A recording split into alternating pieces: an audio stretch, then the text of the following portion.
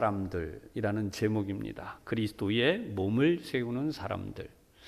요즘 영상으로 예배를 드리는 분들 중에 저희 교회 교우가 아닌 분도 예배를 드리신다고 제가 들었어요. 근데 지난번에 댓글이 이렇게 우리 교우들이 많이 달아주셔서 저도 읽어봅니다. 댓글을 쓰시는 분들. 근데 어떤 분이 이렇게 쓰셨어요.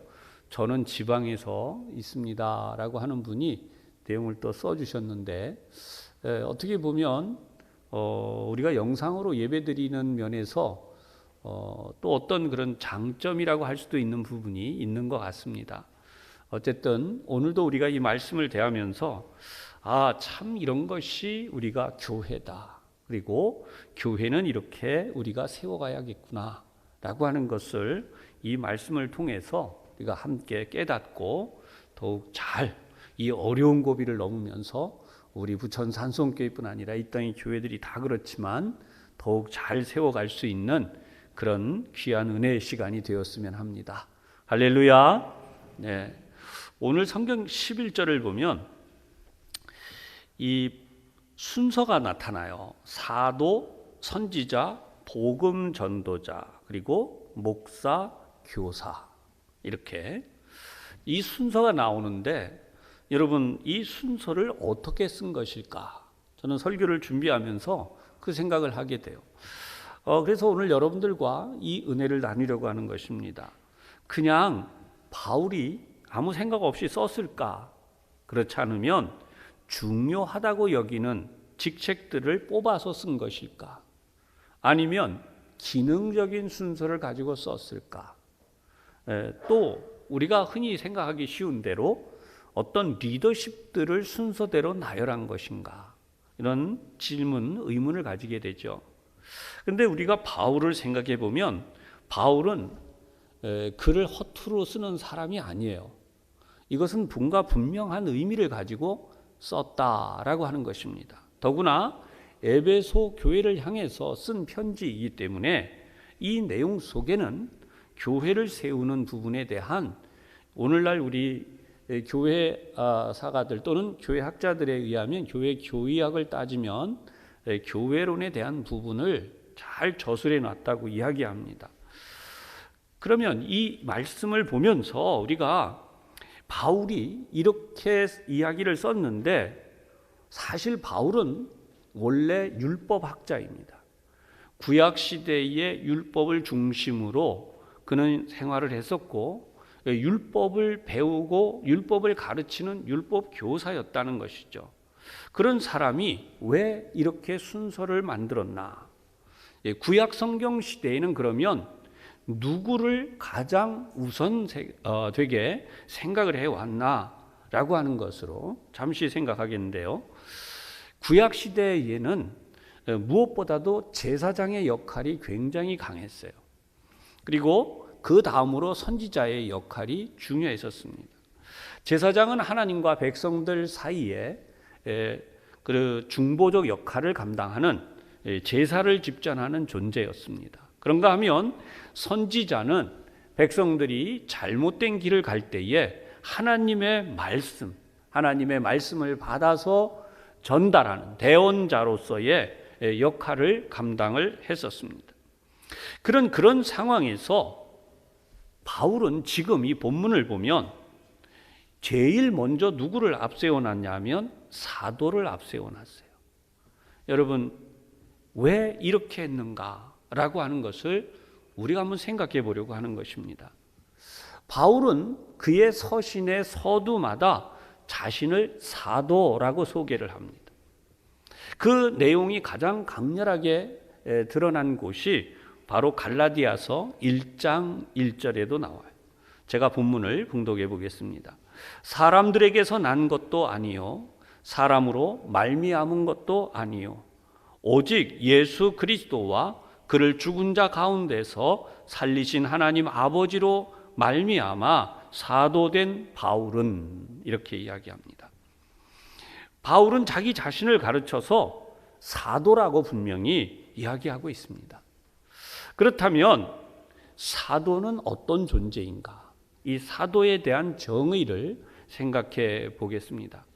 누구를 사도라고 하는가? 누가복음 6장 13절의 말씀입니다.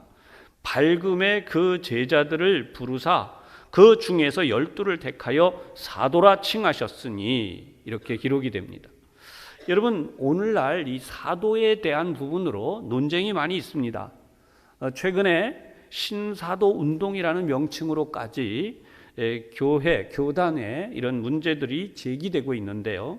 오늘은 그런 말씀을 나누려는 것이 아니라 바울이 자신을 사도라고 소개하고 있는 부분에서 사도에 대한 정의를 우리가 생각하고 은혜를 나누겠습니다.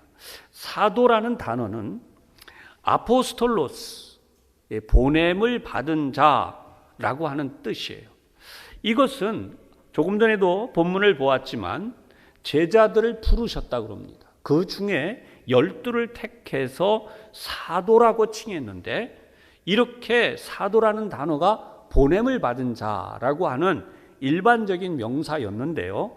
후대에는 이것이 좀 더 강화됩니다. 뭐냐 하면 사도라고 하는 것은요, 예수님께서 직접 임명하셨다라고 하는 것이 첫 번째 중요한 것이고, 두 번째가 그렇게 임명된 사람들을 예수님이 직접 파송하셨다, 보내셨다라고 하는 의미로 사도는 이 두 가지 중요한 내용을 포함하고 있어요.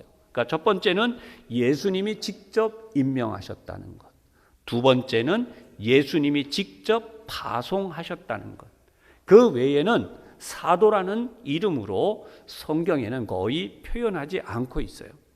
그렇다면 바울은 예수님으로부터 직접 임명을 받았는가라고 하는 논쟁이 나와요. 또 예수님께서 직접 바울을 파송하셨는가라고 하는 이야기가 또 논쟁이 되겠죠. 근데 성경을 잘 보시면 바울은 자신이 강조하는 바가 있어요. 그것은 예수님께서 자신을 직접 다른 제자들과 같이 임명하신 것은 아니지만, 그가 예수님을 박해하는 자로서 다메섹 도상을 향해 가고 있을 때에 하늘로부터 둘러 비추는 빛으로 임하신 예수님이 그를 사도로 부르시고 세우셨다는 것입니다. 아나니아라고 하는 이가 안수할 때에 하나님이 그렇게 임명하신다라고 하는 것을 그 후에 강조하죠. 그런 의미에서 바울은 자신을 소개할 때 자신이 이런 이야기로 소개를 해요. 사람들에게서 난 것도 아니고 사람들로 말미암은 것도 아니고 오직 하나님의 임명, 그리고 예수 그리스도의 임명, 그 두 가지로 강조를 해요. 그래서 갈라디아서 1장 1절 후반을 보시면 오직 예수 그리스도와 그랬어요. 그를 죽은 자 가운데서 살리신 하나님 아버지로 말미암아 사도된 바울이다. 이렇게 자신에 대한 소개를 분명하게 합니다. 그렇다면 오늘 이 본문의 내용으로 다시 한번 오늘 본문의 내용으로 돌아와서 본다면 가장 첫 번째 중요한 인물로 사도, 그 다음으로 선지자, 그 다음으로 복음 전도자, 그 다음으로 목사와 그 다음으로 교사, 이렇게 순서가 흘러가요. 오늘날 목회론에서 목사에 대한 직책을 이야기할 때에 순서를 다양하게 이야기도 하고 포함되어지는 내용들도 여기 내용과는 조금 달라지고 있습니다. 그러나 바울이 말하고 있는 이 부분을 중심으로 우리가 본다면 제일 먼저는 사도보다는 제사장이었다라고 하는 것을 우리가 알게 되죠. 제사장이 어디로 갔어요? 그 대신 그 자리에 사도가 들어와 있는 것입니다. 그러면 제사장은 어디로 갔는가? 히브리서 10장 14절의 내용을 보면 이렇게 말씀해요. 그가 거룩하게 된 자들을 한 번의 제사로 영원히 온전하게 하셨느니라. 누가 제사장인가? 예수님이에요. 예수님이 제사장이신데 한 번의 제사로 영원히 온전하게, 그러니까 다시는 제사 드릴 일이 없게 되었다는 뜻입니다. 히브리서 10장 17절과 18절의 말씀입니다. 또 그들의 죄와 그들의 불법을 내가 다시 기억하지 아니하리라 하셨으니 이것들을 사하셨은즉 다시 죄를 위하여 제사 드릴 것이 없느니라. 그러니까 완전한 제사가 되었고, 완전한 제사는 예수님 자신이 완전한 제사장이요 그 몸으로 드리신 제사가 완전한 제사이기 때문에 이제 다시는 제사장, 다시 말해서 제사의 직분이 이 세상에서는 필요하지 않게 되었다는 것입니다. 그래서 이제 새로운 중요한 인물이 오늘 본문에 등장을 하는데 그것은 복음 전파자입니다. 이 세상에서 가장 복된 새로운 직책을 한 가지 이야기한다면 복음 전파자예요. 오늘날 신학에서 목회자를 선지자의 역할과 그리고 복음 전파자의 역할, 그리고 앞서 없어졌다고 말하건 제가 말씀드린 제사장의 직분을 말씀을 통하여서 베푸는, 그래서 말씀의 제사장으로 설명을 하게 됩니다. 목회자에 대한 부분을 오늘 말씀드리는 것이 아니기 때문에 이 본문을 중심으로 한 부분만 말씀을 드립니다. 결과적으로 복음이 전파된 곳에는 그 교회를 목회할 목사, 그리고 그를 도와서 교회를 세울 교사가 필요하다라고 하고 바울이 지금 이 내용을 에베소 교회의 편지로 설명하고 있는 것이죠. 신약시대 이후에 복음 전파자들에 의해서 그리고 봉사자들의 수고에 의해서 디모데나 그리고 디도와 같은 이들이 목회자로 등장을 하므로 이렇게 되어진 이들을 하나님의 사람들로 부르게 됩니다. 디모데전서 6장 11절을 보면 오직 너 하나님의 사람아 이렇게 말합니다. 다시 말하면 하나님의 사람이라고 하는 것은 예수를 믿음으로 이 세상의 어떤 것보다도 하나님을 믿는 일에 중심을 두고 살게 된 모든 성도들, 그리스도인들을 가르치는 말씀이라는 거예요. 그래서 하나님의 사람들이란 어떤 사람들인가? 하나님의 사람들은 인생의 목적이 하나님을 기쁘시게 하는 사람들이, 무엇을 하든지 하나님의 영광을 위하여 하라 이렇게 말씀하고 있듯이 여러분 우리는 하나님을 기쁘시게 하는 바로 그 삶, 사람을 기쁘게 하기 위해 사는 것이 아닙니다. 세상을 기쁘게 하기 위해서 사는 것이 아니에요. 세상의 사람들은, 소위 말하는 세상의 스타라고 불리우는 사람들은 자기를 기쁘게 하고 세상을 기쁘게 하고 세상을 즐겁게 하고 그런 삶을 살아가는 것입니다. 그러나 우리는 하나님을 기쁘시게 하는 삶을 사는 사람들입니다. 하나님은 우리를 통하여 영광을 받으신다는 것입니다. 할렐루야. 여러분 지난 한 주간도 하나님을 기쁘시게 하고 하나님의 영광을 위해 살아가신 줄로 믿습니다. 그렇다면 하나님의 사람들은 어떻게 사는 사람들을 말하는 것일까요? 오늘 세 가지로 정리해서 말씀을 드리겠습니다. 첫째는 예배자로 살아가는 것입니다. 흔히 말하기를 왜 저렇게 살지라고 합니다. 세상 사람들이 무슨 말을 해도 여러분 우리는 오직 예배를 드리는, 하나님을 예배하는 예배자로 살아가기 위해서 이 세상을 살고 있는 것입니다. 그런데 많은 사람들이 코로나 때 꼭 교회 가야 되느냐부터 해서 지금 어떤 이들은 우리도 모르는 사이에, 아까 우리 장로님도 그렇게 기도하셨지만 우리가 안일함에 신앙적으로 나태해지지 않도록 하나님 앞에 기도하셨는데 이 합리화가 되고 있는 거예요. 어떤 경우에는 제가 이제 이야기를 종종 들어보는데 여러분 합리화가 되고 있는, 우리도 누구도 부인할 수 없어요. 그런 의미에서 여러분 오늘 우리가 이렇게 모여서 예배하는 것이 어떤 의미를 가지는가 한 예를 들어보겠습니다. 우리 교회 교우들의 얘기가 아니니까 꼭 무슨 말씀드리면 누구네 집 이렇게 하시는데 아니에요. 그냥 통상적인 말씀입니다. 야구를 굉장히 좋아하는 가정이 있어요. 축구를 굉장히 좋아하는 가정이 있어요. 그런데 어린 아이들이 있습니다. 이 젖먹이도 있고. 근데 이 아이들을 데리고 그 쌀쌀한 날씨, 좀 약간 추워지는 날씨에도 늦은 밤이 돼가는데도 야구장을 가요. 축구장을 가요. 그 왜 가느냐 그랬더니 이게 현장의 열기를 느껴야 된다는 거예요. 현장의 그 함성 소리와 그냥 와 이러는 이 현장의 뜨거움은 거기를 가야 된다는 것입니다. 텔레비전 큰 거 벽체만한 거 걸어놓고 거기 뭐 음향 다 나오는 요즘 현대 되지 않냐 그랬더니 비교가 안 된다는 거예요. 사랑하는 여러분, 이게 무슨 이야기입니까? 아니 야구 경기를 관전하는 것이나 축구 경기를 관전하는 데에도 현장에 애들이 기침을 해도 데리고 거기 가서 즐거움은 비할 바가 아니라는 게 텔레비전 앞에 앉아 있는 게. 사랑하는 여러분, 저는 여기서 깊은 교훈을 받아요. 아니 세상의 즐거움을 위해서도 이렇게까지 한다면 우리가 하나님께 은혜를 받고 하늘의 신령한 예배를 체험하기 위해서는 현장 예배가 얼마나 중요한 것이에요. 할렐루야. 그것이 오늘 우리가 깨달아야 되는 거예요. 합리화라고 하는 것, 그것은 다른 데 있지 않아요. 우리가 교회 나오는 일이 귀찮아지고, 요즘 세상 말에 이런 말이 있더라고요. 귀차니즘이래요. 이런 단어가 있어요. 귀차니즘에 물들어가는 거예요.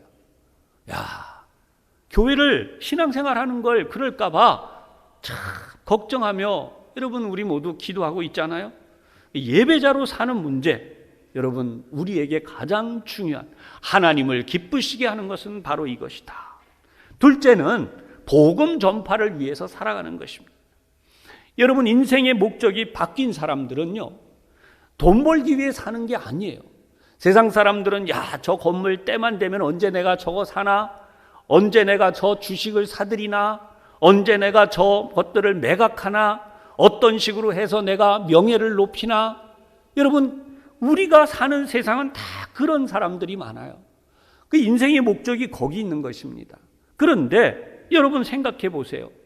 내가 집을 사고 파는 것이나 재산을 늘려가는 것이나 또 사람들에게 내가 내 이름을 높이려고 하는 것이나 그것만큼이나 하나님의 복음을 전파하는 일에 관심을 쏟으며 살고 있는 거예요. 때만 되면 호시탐탐이라는 말이 있는데요, 이 안 좋은 말로 쓰이는데 좋은 말로 바꿔서 생각해 봅시다. 기회만 된다면 내가 저 사람에게 복음을 전하리라. 기회만 된다면 내가 내 아들, 딸에게, 손자, 손녀와 사위와 며느리들에게, 주변의 이웃들에게 어떤 사람이든 간에 그 사람에게 복음을 전해서 그 사람이 그리스도인이 되게 해야겠다. 여러분 이것이 복음 전파를 위해서 살아가는 사람. 복음 전파의 중요한 목적이 무엇입니까? 상대를 그리스도인으로 만드는 것이. 예수 그리스도를 알고 믿게 하는 것입니다.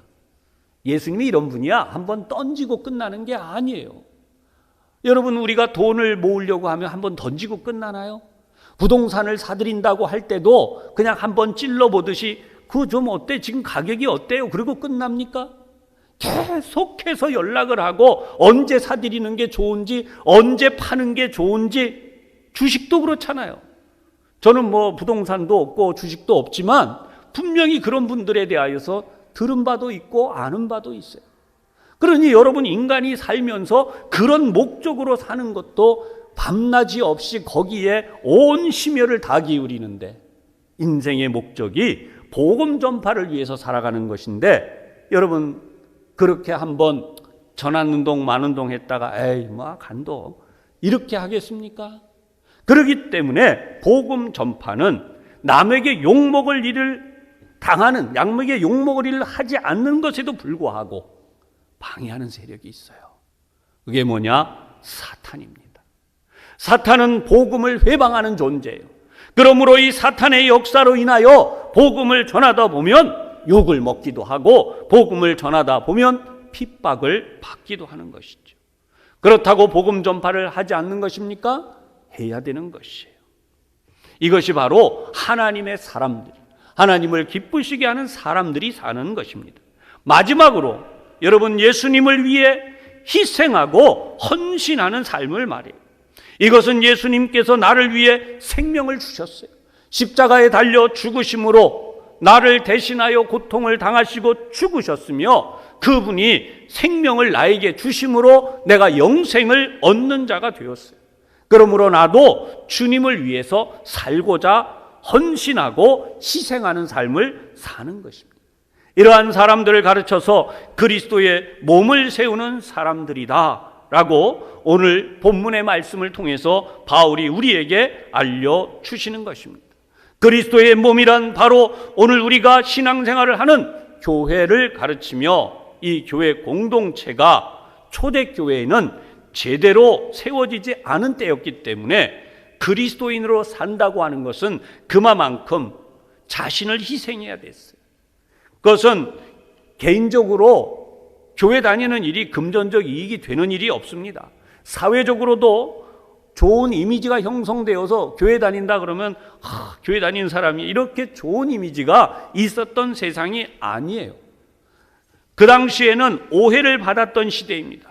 왜냐하면 성찬식을 하는 것 때문에 피를 마시는 이상한 사람들, 그래서 오해를 받았고요. 심지어 형제 자매라고 부르는 말 때문에 근친상간을 하는 사람들이다라고 오해를 받기도 했습니다. 그것뿐입니까? 재산상의 손해를 받았어요. 쫓겨나기도 했고 재산을 빼앗기기도 했고 생명의 위협을 당하기도 했고 심지어 죽기까지도 했어요. 그러면서 신앙생활을 했기 때문에 그 당시에 교회 공동체라고 할 수 있는 곳은 참으로 순수했던 것입니다. 그렇다면 오늘 우리 자신을 한번 돌아보십시다.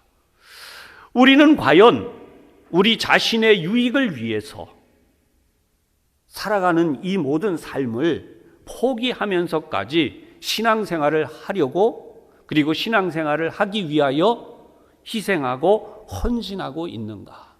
아니면 교회를 다니는 것이 재산이 증식이 되고 흔히 말하는 하나님이 나에게 복을 주셔서 내 가족이 잘 되고 내 재산이 늘어나고 이런 쪽에 더 중심이 되어져 있는가? 사랑하는 여러분, 생명의 위협을 당하고 재산을 빼앗기면서까지도 신앙생활을 하려고 했던 이들이 그 당시에 그리스도의 몸인 교회를 세우는 사람들이었다면 그들은 칭찬받고 인정받고 높임받을 만할 것입니다.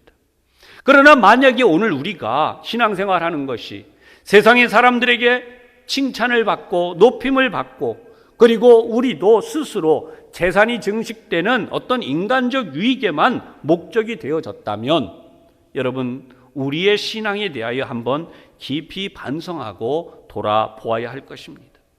그런 의미에서 교회가 세상의 경영 방식이 도입이 되고 세상 사람들의 살고 있는 삶의 방향과 목표가 교회의 목표가 된다면 결코 교회는 교회가 될 수 없을 것입니다. 다시 한번 우리 심각하게 우리를 돌아보려고 하는 것은요, 내가 그리스도인이다라고 하는 부분입니다. 그리스도인이라고 하는 것은 그리스도를 위해 산다는 것이고 그리스도가 나의 삶 속에서 체험되어지고 경험되어지는 삶을 말합니다. 사랑하는 여러분, 좋은 약을 먹으면, 좋은 보약을 먹으면 우리는 몸이 건강해지는 좋은 경험을 하죠. 만약에 그게 없다면 뭐하러 좋은 약을 복용하고 보약을 복용하겠습니까? 우리가 그리스도인이 된다는 것은 내 안에 그리스도께서 들어오시고 그리스도를 날마다 경험하고 그리스도의 지식으로 충만해지고 그리스도의 은혜를 통하여 살아가는 것을 말하는 것이죠. 베드로후서 3장 18절을 보면 이렇게 말씀이 나와요. 오직 우리 주 곧 구주 예수 그리스도의 은혜와 그를 아는 지식에서 자라가라. 아멘.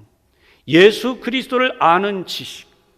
내가 예수 그리스도를 믿는다고 할 때에, 내가 그리스도인이라고 할 때에 내가 그리스도의 놀라운 은혜, 그리스도의 놀라운 지식을 날마다 경험하지 못한다면 백약이 무효라는 말처럼 여러분, 보약을 먹고도 경험하지 못하는 것과 같은 것이에요.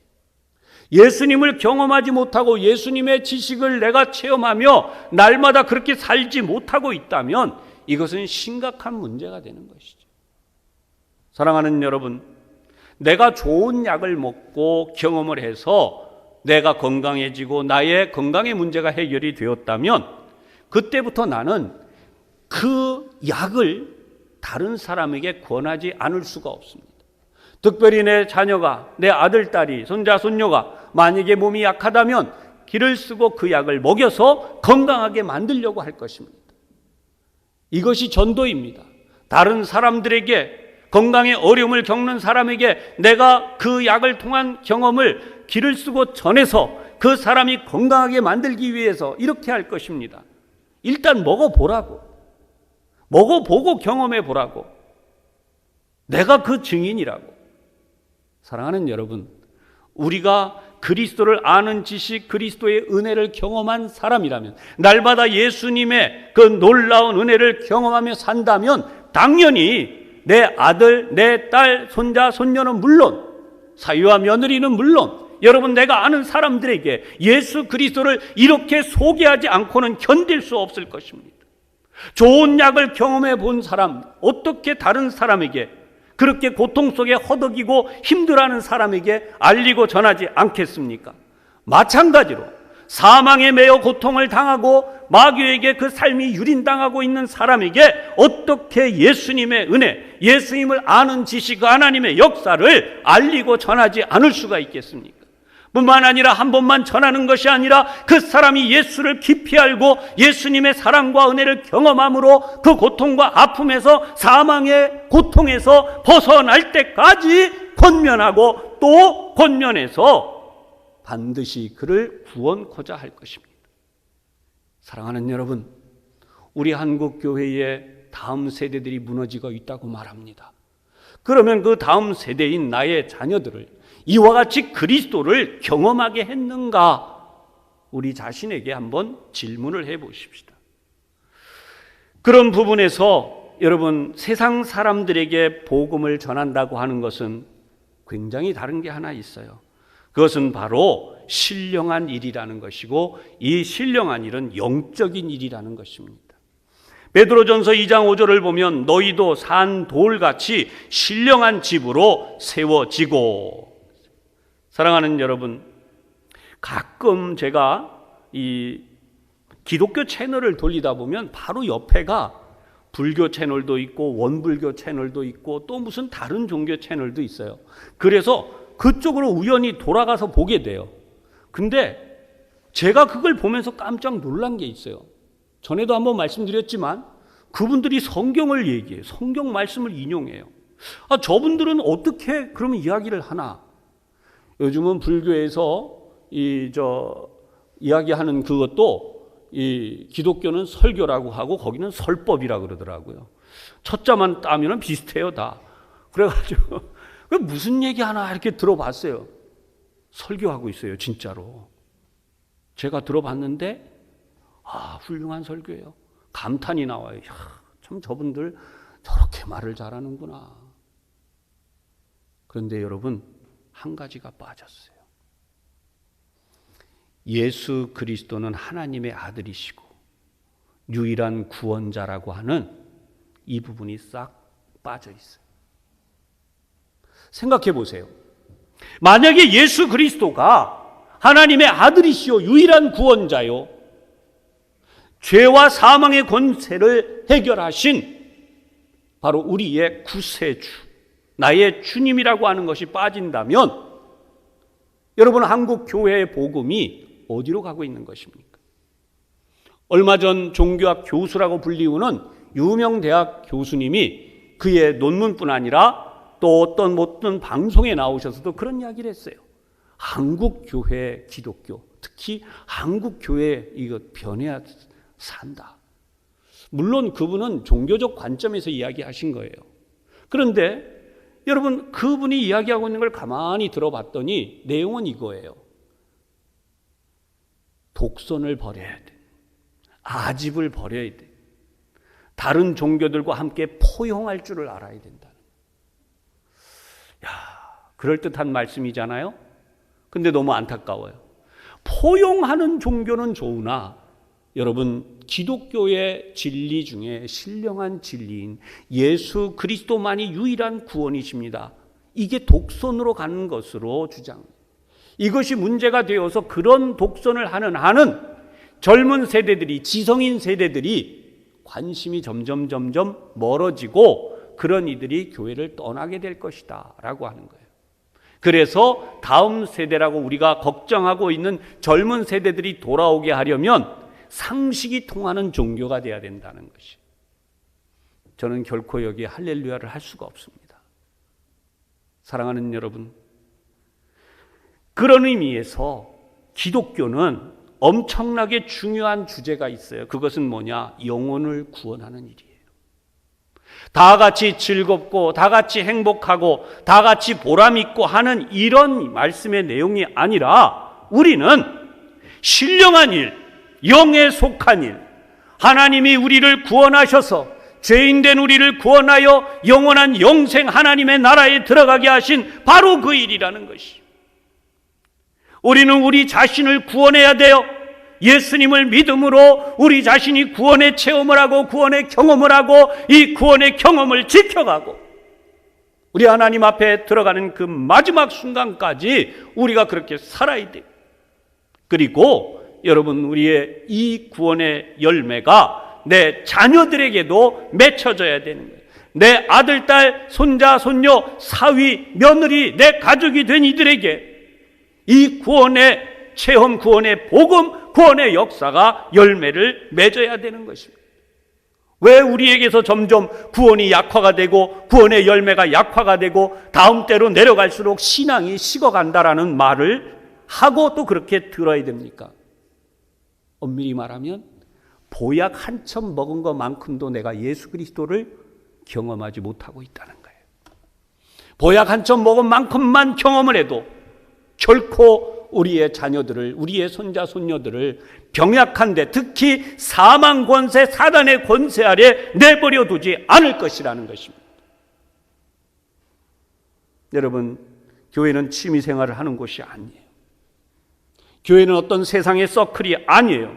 친목 단체나 동호회 모임이 아니에요. 교회는 치열한 영적 전쟁의 현장이, 오늘도 이 예배를 드리는 이 자리가 치열한 영적 전쟁이 이루어지는 자리, 바로 예수 그리스도께서 교회의 머리가 되시고 그분이 통치하시는 곳이, 우리가 정성을 다해 하나님께 예배할 때에 우리의 힘으로 아무리 인간의 지혜로 권면해도 돌아서지 않던 우리의 아들, 딸, 우리의 손자, 손녀, 여러분, 우리의 믿지 않는 가족이 이 신령과 진정으로 드리는 이 영적 예배를 통하여 예수 그리스도의 다스리심이 내 아들, 딸에게, 내 손자, 손녀들에게 일어나게 될 때에 그들이 구원받는 역사가 일어나게 됨을 믿으시기를 바랍니다.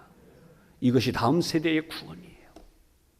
이 다음 세대의 구원이 이렇게 돼야 되는 것이, 인간의 지혜로는 도무지 되지 않아요.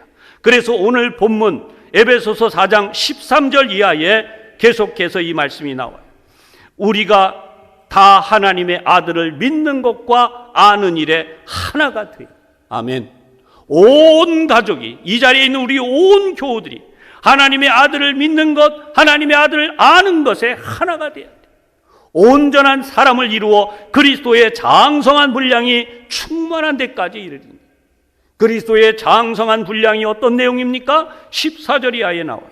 이는 우리가 이제부터 어린아이가 되지 아니하여, 잘 모르겠어요, 이런 게 아니에요. 사람의 속임수와 간사한 유혹에 빠져 온갖 교훈의 풍조에 밀려 요동하지 않게 하려 함이라. 아멘. 조금 전에도 제가 말씀드렸지만, 여러분, 누가 무슨 말을 했다, 기독교가 이렇게 돼야 된다, 저렇게 해야 된다, 세상이 어떤 말을 한다, 그런 사람의 속임수와 간사한 유혹, 온갖 교훈의 풍조에 밀려서 이리저리 요동치지 않아야 된다는 것이. 그리고 15절에 보면 오직 사랑 안에서 참된 것을 하여, 철저한 신앙을 말해요. 범사에 그에게까지 자랄지라. 범사란 우리의 일상을 말해요. 생각도 말투도 행동도 우리가 살아가는 모든 것들이 예수님을 닮아가야 되는 것입니다. 어떤 분이 작은 예수다 그러는데 그 위험한 말이에요. 저는 그 말 쓰고 싶지 않아요. 여러분, 우리는 예수가 될 수 없어요. 작은 예수도 될 수 없어요. 우리는 예수님을 닮아간 뿐이에요. 할렐루야. 그런 의미에서 그에게까지 자랄지라. 예수 그리스도에게까지. 그는 머리니 곧 그리스도라. 16절 그에게서 온 몸이 각 마디를 통하여 도움을 받음으로 연결되고 결합되어 각 지체의 분량대로 역사한다. 이렇게 말씀해요. 여러분, 우리 몸을 보십시오. 내 머리가 손을 들어라 그러면 들고 내리라 그러면 내리고, 그렇죠? 머리가 음식 맛이 어떠냐 그러면 그 맛을 느끼는 거잖아요. 예수님이 나에게 하시는 일이 그거이듯이 교회가 그렇게 되어질 때에 그 교회가 아름다운 공동체가 되는 것이고 교회가 교회되는 것이에요. 사랑하는 여러분, 우리는 각자의 지체의 분량이 있습니다. 우리에게 직분을 주신 대로 우리 몸이 자라나게 하고 우리 교회가 점점 성장하게 하시고, 할렐루야.